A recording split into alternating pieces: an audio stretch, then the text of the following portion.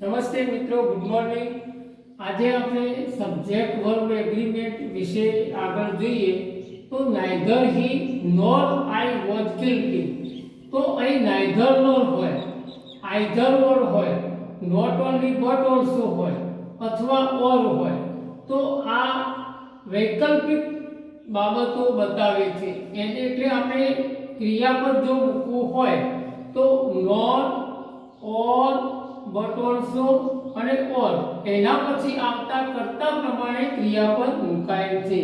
એટલે કે એના અગાઉના નાઈધર પછી આવતો કર્તા, આઈધર પછી આવતો કર્તા, નોટ ઓનલી પછી આવતો કર્તા, યુ આના કર્તા પ્રમાણે આપણે ક્રિયાપદ મૂકતા નથી।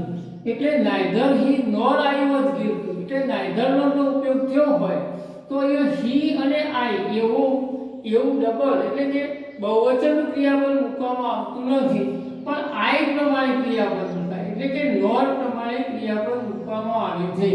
એ જ રીતે આઈધર ધ ફાધર તો પિતા અથવા his son or his sons તો હિઝ સન્સ પ્રમાણે એનો ક્રિયાપદ આપણે મૂકીએ છીએ। Not only Mohan but also his brother એટલે મોહન પણ નહીં, એના ભાઈઓ પણ નહીં, તો અહીંયા હિઝ બ્રધર્સ પ્રમાણે આપણે અહીંયા ક્રિયાપદ મૂકીએ છીએ। અહીંયા ઓર યુ ઓર હી તો હી પ્રમાણે આપણે અહીંયા ક્રિયાપદ મૂકીએ છીએ।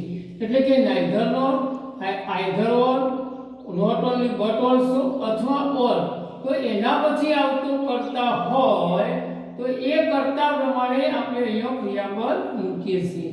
એટલે ખાસ યાદ રાખો કે either or, neither nor, not only but also અથવા ઓર જેવા વૈકલ્પિક બાબતોની અંદર પાછળના કર્તા પ્રમાણે ક્રિયાપદ મૂકવામાં આવે છે।